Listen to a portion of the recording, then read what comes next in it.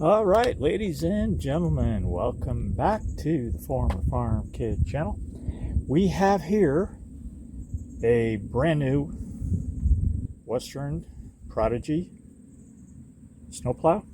And if you're not familiar with this plow has the ability to take up the shape of a quasi box pusher when it is in the perpendicular position to the A-frame or the pushing skid steer. And oddly enough, this is the 57-700 model. Evidently, from what I'm told, a blade is a blade is a blade. It's the same blade that goes to trucks. Unfortunately, they didn't realize they were attaching this to a skid steer, even though here's the skid steer plate. So you tell me. So at any rate, today what I'm doing is, and again, I haven't even used this, straight from the dealer, and this thing is binding something terribly. When I angle it left or right, it will go so far, then stop. On my, I think it's going to be part 4 when I discuss the hydraulics on this, because my John Deere 320 skid steer has a system pressure of 3,200 psi, and the dealer says that no, they do set up the pressure limiting connector to accommodate a skid steer. Well, what was happening is, with the full hydraulics, it was jamming it so fast and dangerously fast that it didn't seem to be catching. But now that I put a smaller limiter in, I shouldn't call it a limiter, it's actually flow control. No, not flow control, it is a limiter. It is starting to get hung up. So I wanted to check this connection. There is very, very little grease in this. It does appear that it did get greased a little bit from the factory. It's a pretty light grease, unfortunately, so I'm going to put the heaviest grease I can find on it and just give you a look-see of my setup here. I've got my engine hoist, and this turns out to be a really good center of gravity, guys. If you pin it on the handles or the steps here and move your strap a little bit forward, even here is probably even a little better, but the strap won't stay there. That's really a good center of gravity, I have found, with the attachment fully on. And by the way, off camera, I went ahead and cinched my lock nuts to the setting nut, and that's all set. And as you can see, she's just kind of hanging in on the engine hoist right now. But don't forget, you are going to need to put a jack underneath the blade, because obviously it's going to want to pitch down, at least this side. What you don't want to do is jack it up so high that you put the blade up on these points, because then you really have something fairly unstable. This way it can't tip forward. It can only be tipped back as far as you need to go. And what I did, I just put some up pressure to the jack, very, very little, and then I used the engine hoist, and you can kind of see when it hits its point of equilibrium. This piece here, if you have the straps centered where I've indicated for the center of gravity, this piece here has about that much gap between here and here. And when you get it just about right, it'll kind of raise up on that. So that kind of gives you your point of equilibrium, because obviously you don't want to be trying to pull that bolt with pressure on it, left or right, or up and down. So I also did pull the cables, kind of hard to see down there, cables that control the wings, just to make sure that was going to be any issue. And the difficulty about that is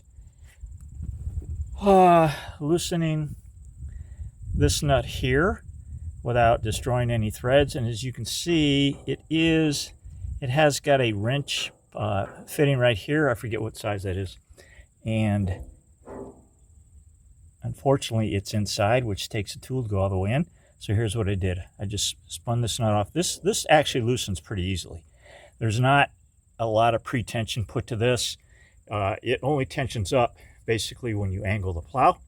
So what I did, I got a vice grips with a couple pieces of wood, and I just grabbed the end of the bolt, and it spun right loose. Of course, it's pretty easy to do these two, just 2 different wrenches.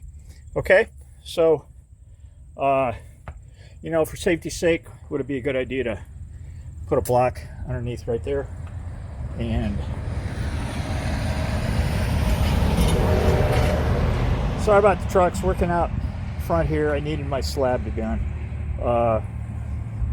Yeah, that would be a good idea, because right now it's just the jack that's keeping this from basically it would if it ever collapsed, it would collapse to this level right here, which these are for the skid shoes, which on blacktop my dealer says I don't need and shouldn't use, so that's cool. So the one difficulty I'm going to have is I did bleed the hydraulic system to get these nice and loose. I just cracked one of the fittings, but if you have gone with a smaller limiter, then it still kind of traps the oil. So I'm actually going to only be able to put in this cylinder over here on that side, because that's on the weak side, and then I'm going to have to have 2 people, myself and somebody else, exercise the hydraulics, and we're going to have to be really careful with that, because it does want to fly. So that will be interesting. We'll see. Obviously, I'm going to try to do it by hand without using tractor assist. That is really the safest way to do it. And if I have to crack the other, as you can see, I've got the one crack there. I'm probably going to have to crack this one as well to bleed a little pressure from it, because it's on this side, and that way you'll be able to move those cylinders. Piece of cake. As I think of it right now, using the machine to move those in and out, not a good idea. Not a good idea at all. They just move too fast. You could just, who knows what that would do. So anyway, guys, so that's lubing it up. I'm trying to keep it from binding. It's not making any terrible noise, but I'm going to get wheel axle grease and just gob that thing up as good as I can. And by the way, this is the most critical rotation point on the whole plow. Western recognizes that when the wings rotate, maybe they need a grease zerk, huh? Great idea. Well, how about in the center? Gee, no grease zerk there.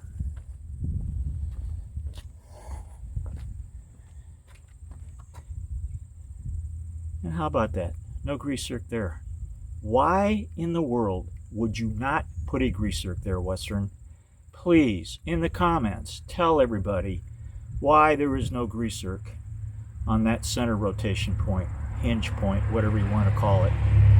I wouldn't have to be doing any of this if there were. Could a guy go ahead and try to put one in there? Well, as you can see, that metal is pretty thick, and trying to drill on a circumference, good luck with that. Could it be done? I'm sure it could, but I don't really have anything that I would trust doing it. Plus, I don't have well, I do have a tap set that I could tap the hole in, but I'm going to try it this season and see if the grease holds up. Chances are I'm going to have to grease this thing every season, do this thing every season. And maybe Western just considers that Normal maintenance, I don't know. This took a little over an hour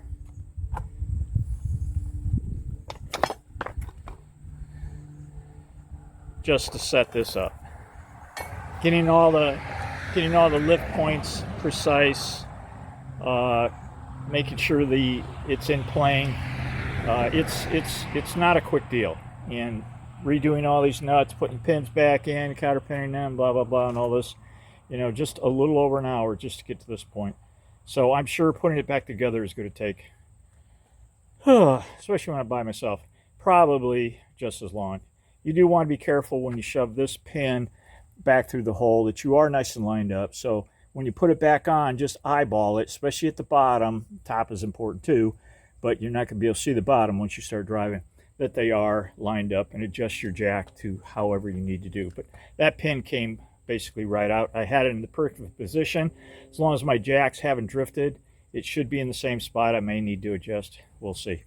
Okay, ladies and gentlemen, thanks for watching. If this has been helpful to you, please give me a thumbs up. And by the way, I don't make any money on YouTube. These are all pro bono. I get no sponsorships. They don't care about me. They don't know about me. And even if they did, it wouldn't matter. I try to stay neutral on products. I'm kind of upset about the no grease zerk. There's one other thing that I'm very upset about on this plow that I'm going to cover under the hydraulics. And outside of that, again, it's the beginning of October. It's 90 degrees today in northern Illinois.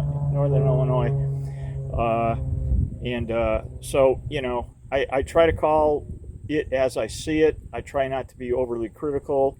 I always try to be 100% truthful in what I'm saying. If I don't know something, I will say it's my opinion, or I think, but I don't know. So, any rate, that's the deal here. But for one thing, guys, now you all know too that there is no zerk there. Any rate, so thanks for watching. Again, thumbs up if this has been a benefit to you, and subscribe. Right? And I do a lot of kind of what might be called different type videos. I've got a small farm here, but I also do some tutoring and some other weird stuff. So I just kind of try to help people not have to go through the stuff I go through. And if it's helped you, that's great. That's reward enough. Don't need anything more. Okay, guys, we'll see you on part 3, which is going to be more on the blade and the issues that there are with that.